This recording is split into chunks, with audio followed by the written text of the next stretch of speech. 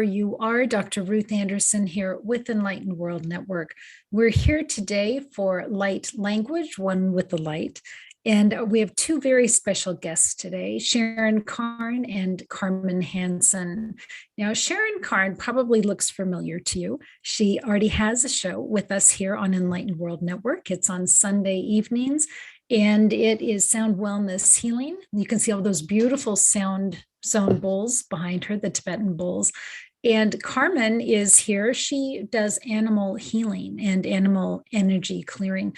So Sharon and Carmen are actually going to be providing two new shows a month with us, both going to be on Wednesdays, I believe, Wednesdays. And one is the second Wednesday of the month. That's going to be about empathy, being an empath, and actually finding joy in being an empath. A lot of folks think that being an empath is all heavy energy and not being able to clear other people's energies, good and bad. Well, that's not always necessarily true. They're going to be teaching us about that. And on the fourth Wednesday of the month, it's going to be animal work, working with animals, helping to clear their energy, some healing involved. Really looking forward to that. I'm planning on bringing my own dogs to that as well. So Sharon and Carmen, thank you. Today we are talking about light language. And first of all, I would love to let's hear from you, Carmen. What does light language mean to you? Light language is, for me, I express it within sound. When I ring my beautiful Tibetan bowl, I feel light just pouring in through my crown. They're so intertwined and interconnected that we're just starting to realize that, I believe.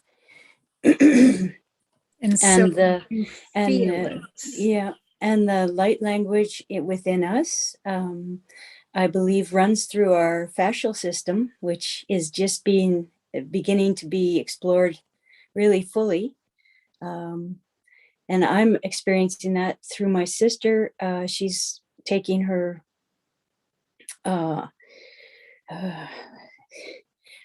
it's a fascial release course. It's an official, and the name escapes me at this moment. But is it Rolfing or something different than Rolfing? Something different than Rolfing. It's I just had it.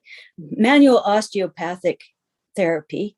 Okay. And so they do gentle manipulations of bones, but they also are delving into the fascia, which enwraps the whole body. If you pulled out the fascia out of the body, it would still look like us. Whereas the bones would fall into a heap, the muscles would fall into a mushy pile, the organs would, but the fascia would stay and you could recognize us. And we're discussing lately, my sister and I, that the fascia is the light transmitter through our bodies. So you are experiencing light language coming in through the fascia, is how you're saying. Interesting. Through the fascia, through our chakras. I think there's many ways to that it can occur to us, and some people may experience it in different ways, as I've heard many of us talk about. We all have our individuality. We're all bio individuals, and we have similarities, and we also have our differences. So our gifts can be expressed in different ways. Our talents, our joy, and I really feel like the transmitter throughout the whole body is the fascia system of the light. Interesting. Thank you. And Sharon, what about for you? What does light language mean to you? For light language, I ran across many years ago with a friend who offered to do light language sessions with me and transmissions. And they have a beautiful resonance, a beautiful feeling.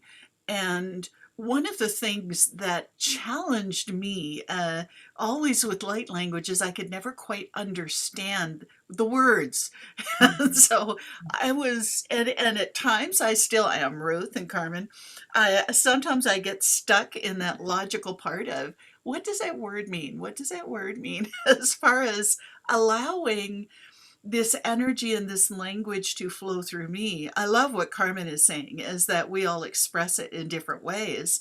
So with my own experience with speaking and singing light languages with a little crystal skull that was given to me in 2012, and she speaks to me in English because she knows I'm frustrated that I can't understand sometimes the light language.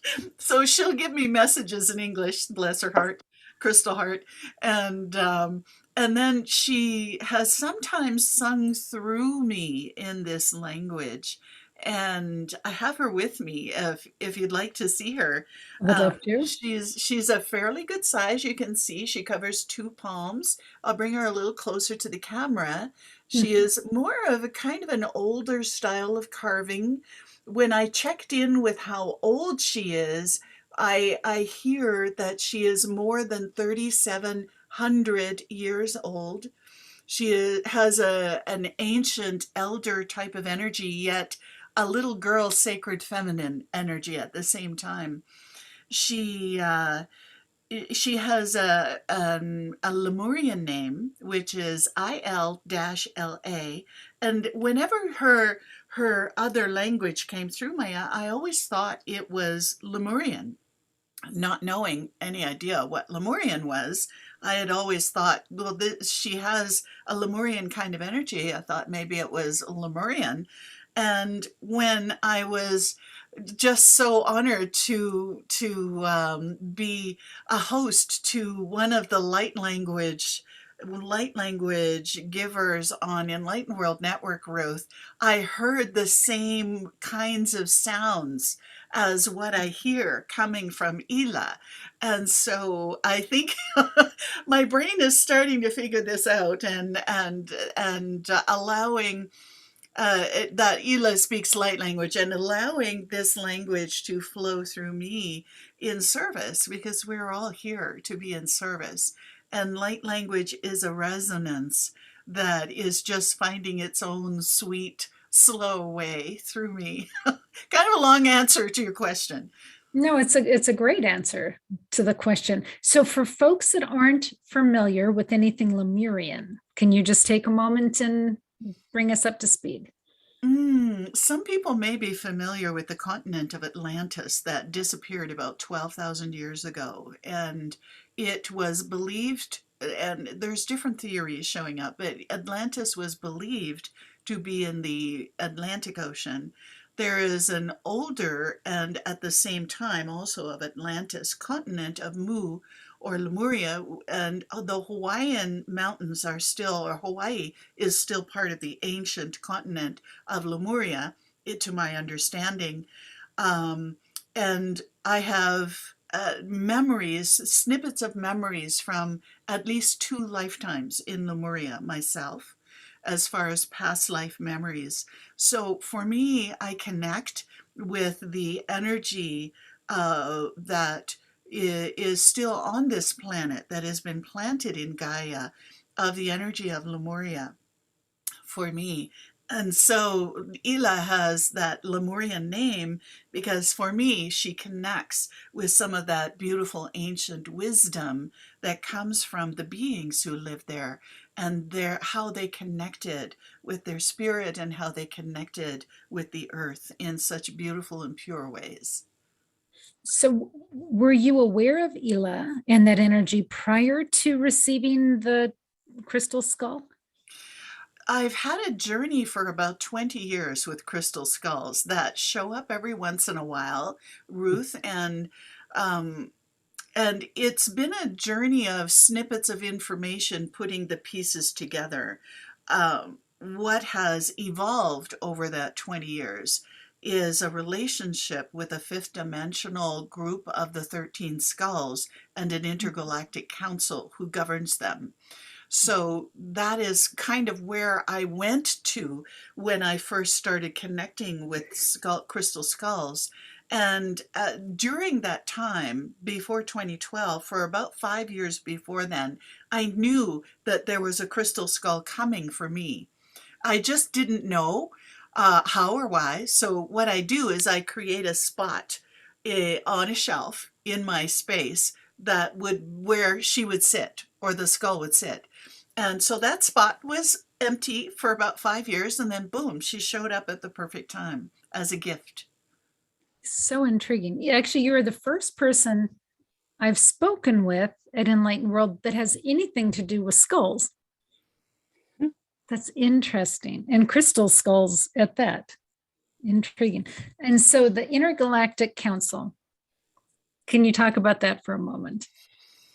To me, they are definitely intergalactic council. When I was first summoned, and I was summoned, you are being summoned. So I just went into meditative state and boom, I'm right there in front of them.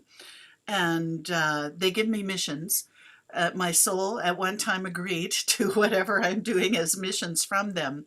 There are 12 members of the council. They sit in front of me. My impression is that they're sitting when I am standing in front of them.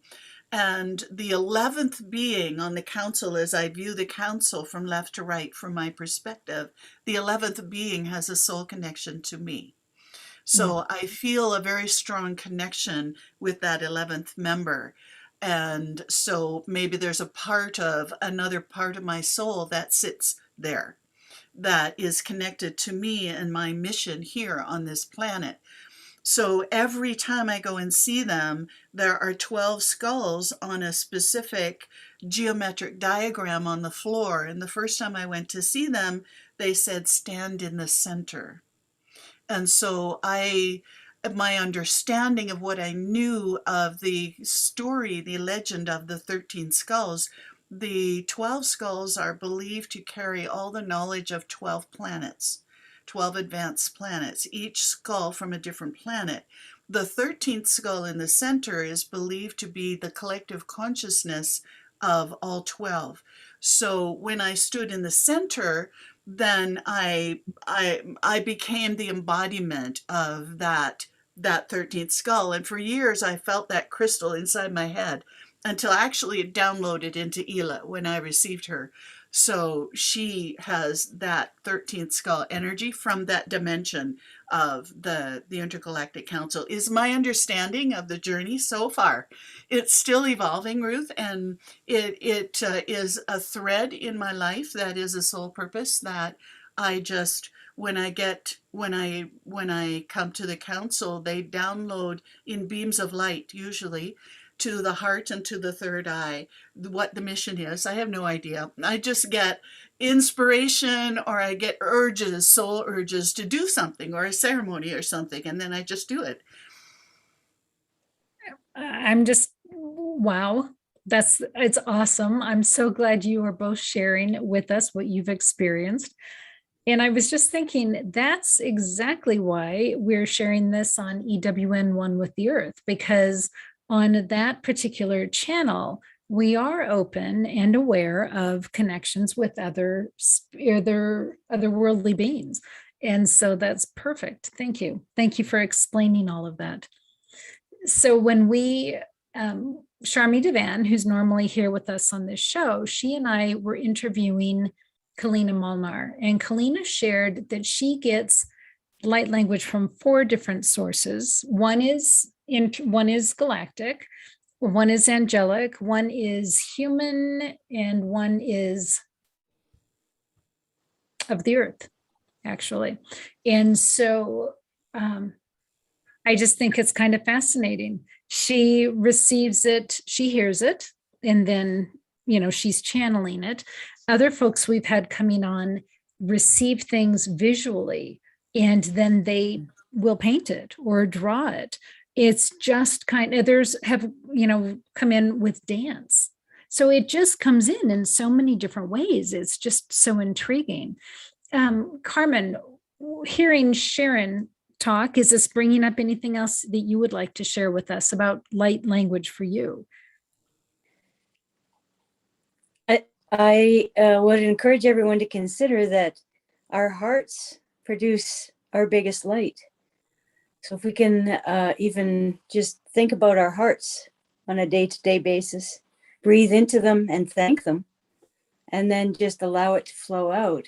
That's our own light shining, and we can fill our own cup. I remind people to fill our own cup. Don't go around draining yourself till you have nothing left, because then you'll just be tired. But if you flow your light, I do a morning joining with the directions and with my guides and with Mama Gaia every morning, and that fills me up in the morning, and then I'm able. And then I've been doing the Medicine Buddha, a Sanskrit blessing, quite a lot these days, and that fills me up. And then I just picture myself getting bigger and bigger, or not myself, but the energy bigger and bigger, and just like layers, waves, and then eventually it's encompassing the world. So that's my I love doing that. I love thinking about enlivening the world and lifting us up into a higher vibe during these tumultuous times that are so many people have connected with me and said, I'm just really struggling right now. And I'm like, I understand. And I feel like this has been such a blessing for me. I feel so peaceful. And I've had my dark night of the soul many years ago. And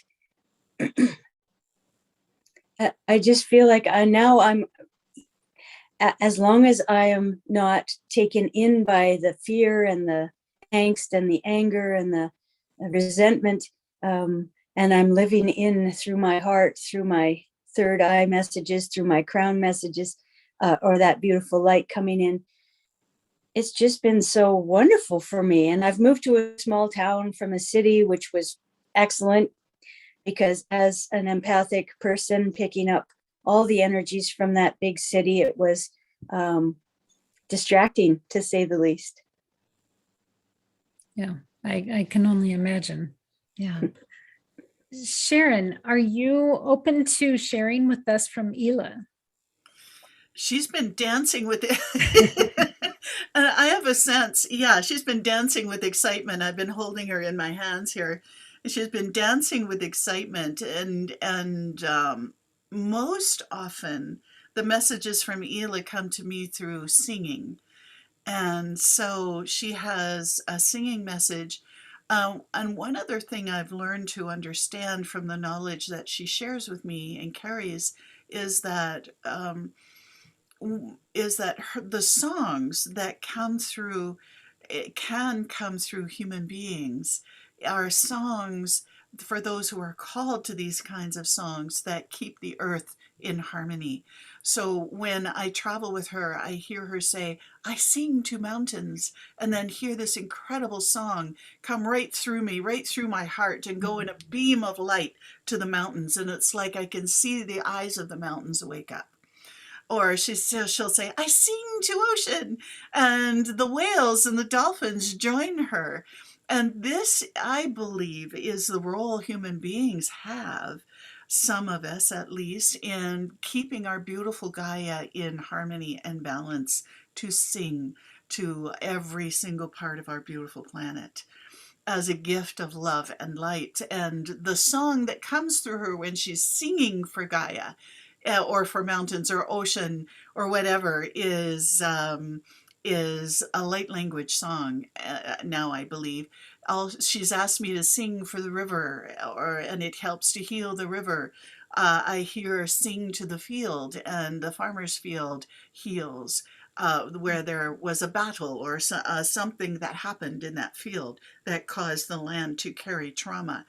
And so those are parts of my life where I'm being called to sing for, usually for Gaia or for the earth in one way or another. And so it seems to be a song like that that's wanting to come through her. And I see Sharmee is here. Sharmee. Hi, Sharon. We're Sorry for so being. No, we're so glad you're here, Sharmee. So Sharon is just getting ready to share with us light language that's coming into her through Ela, who is she comes in through a crystal skull, Lemurian and about 3,700 years old is what Sharon has been able to deduce from this. So I'm glad you're here, Sharmee. So Sharon, we're ready. Let me ask you this. What is the best way for us to receive this? Whatever way feels right for you. And each person may receive in a different way. I also have a sense that there are two parts to this song. Carmen, are you feeling Ela's flow through you too? Mm. Yeah, so I can start, and I have a feeling that you may be adding to the song. Okay, so I'll just bring her up to the heart here.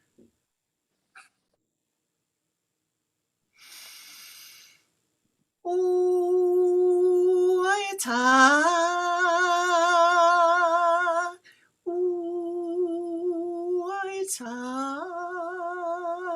untaya nemi asate toa. Untaya nami satoa. My heart, he say, my heart, he say, my heart, he say, to signa, to signa, to signa.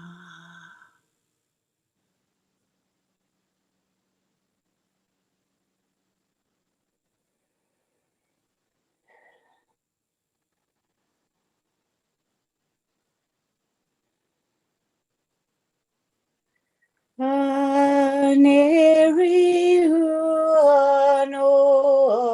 heini aeane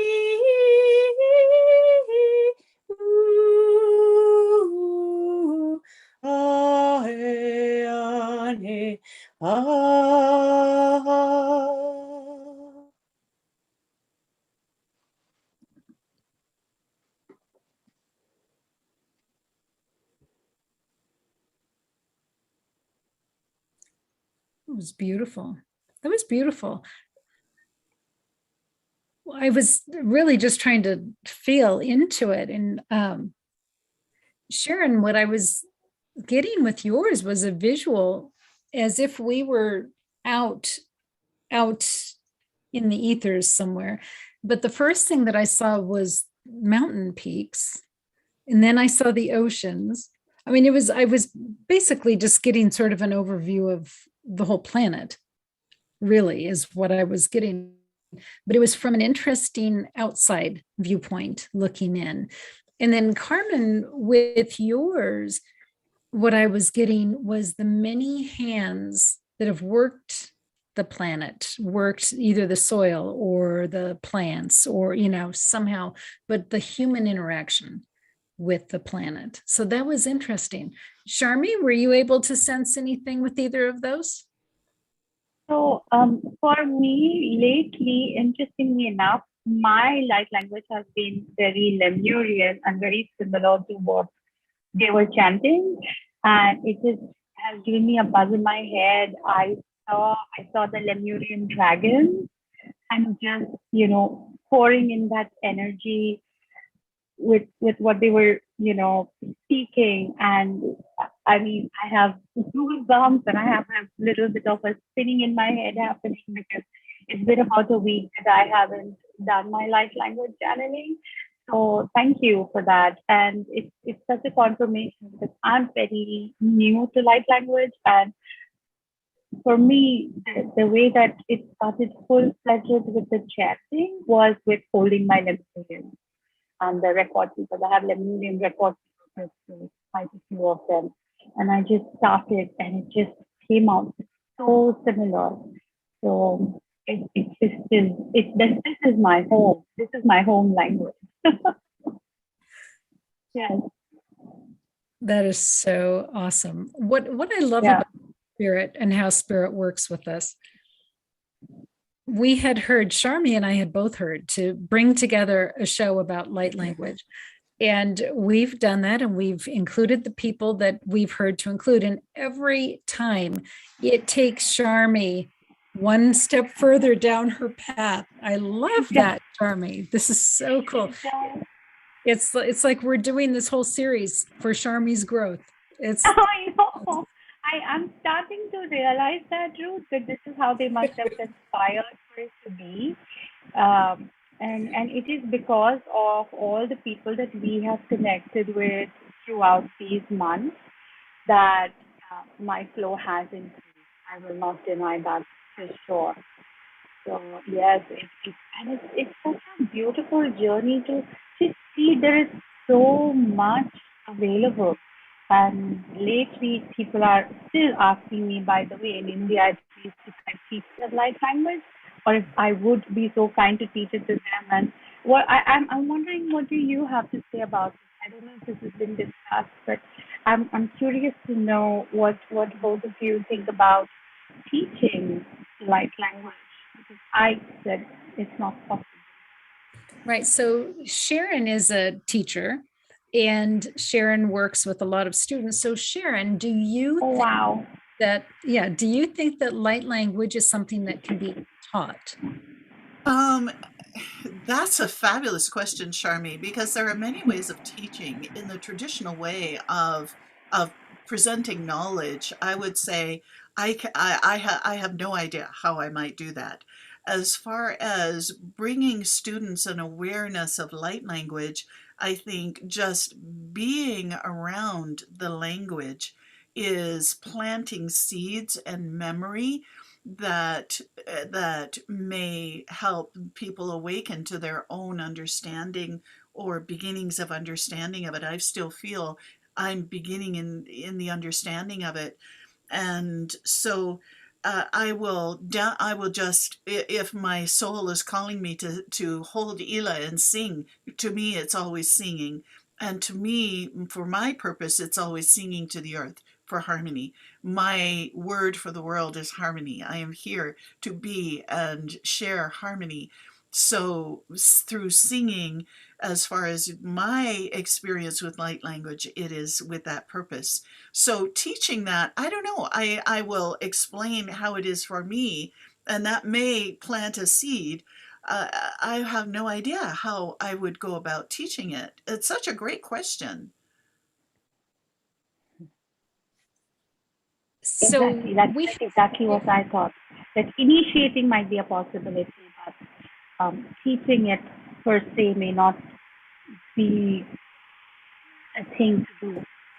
And Sharon, quick question: Do you initiate people with the Lemurian light language? Is that what you dominantly do? No, I teach courses on sound healing and sound therapy. So light Oh language wow! is a part of my own personal journey that is coming through as part of my soul's journey, with an intergalactic council and crystal skulls, I guess, to bring harmony to the earth in whatever way my heart and my soul nudges me to do. And the nudge for this show is the first time I've really done this online. And so it is another nudge for me as far as this part of my own soul's journey. It's mostly been a more private journey.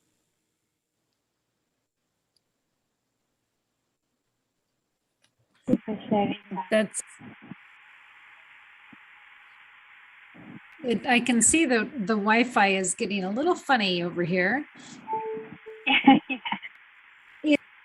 Yeah, It happens the Wi-Fi every has time, been doesn't funny. it? It does. Every single time we do a light language show, the Wi-Fi gets all wacky.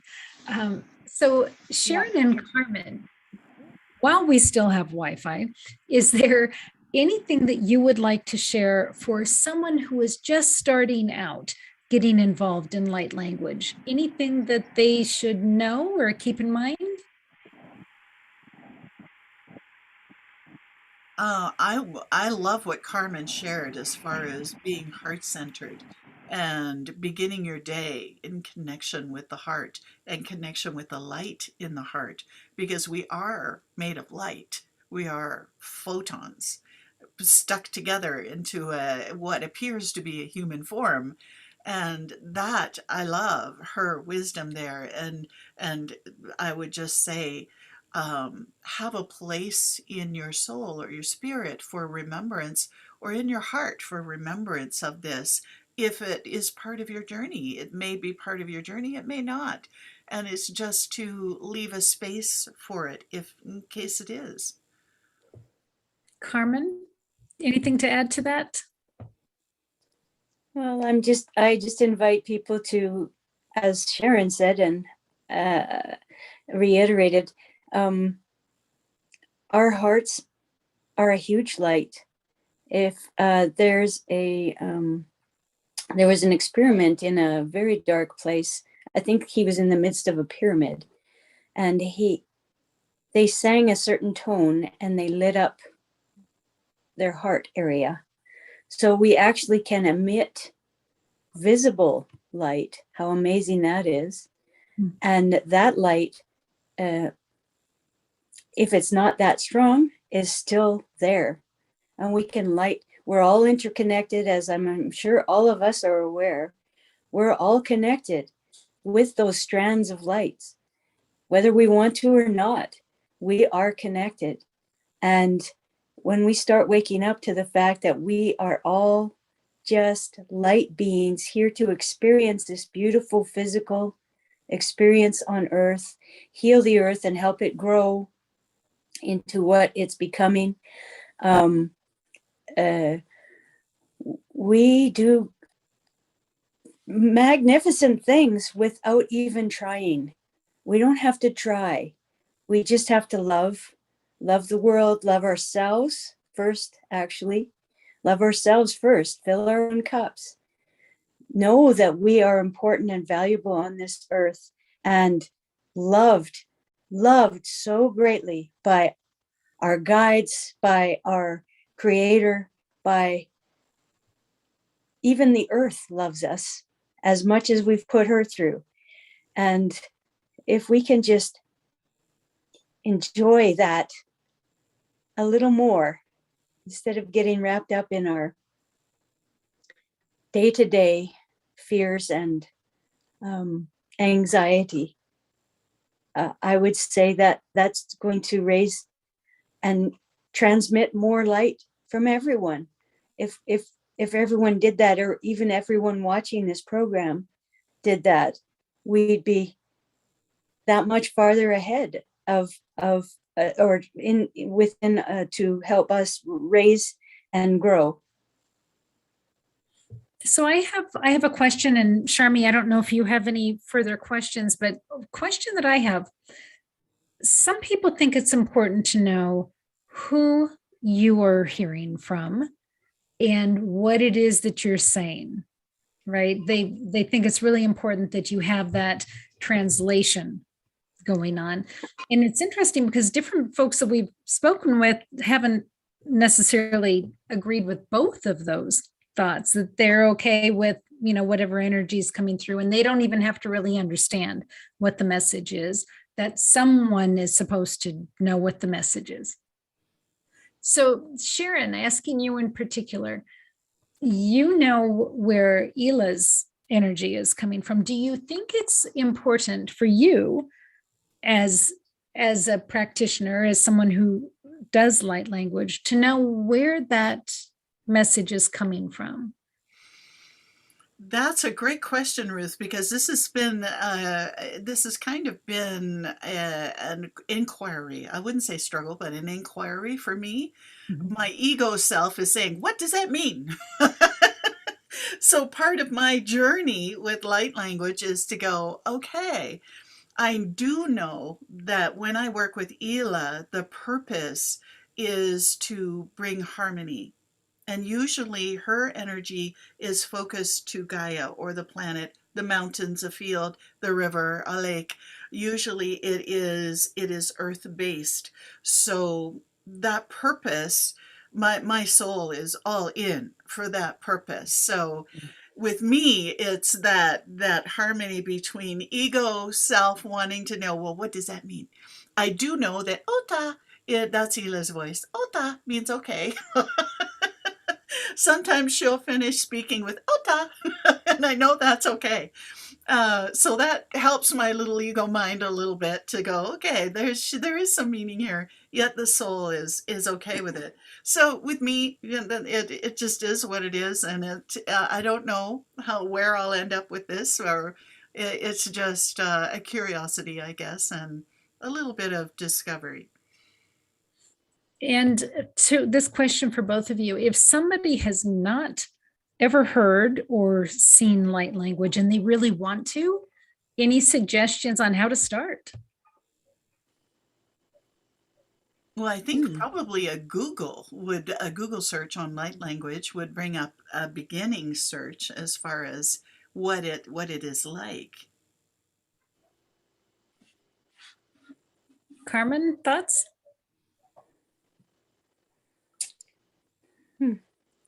Well, I discovered light language when I started singing in the morning, and just gratefulness singing.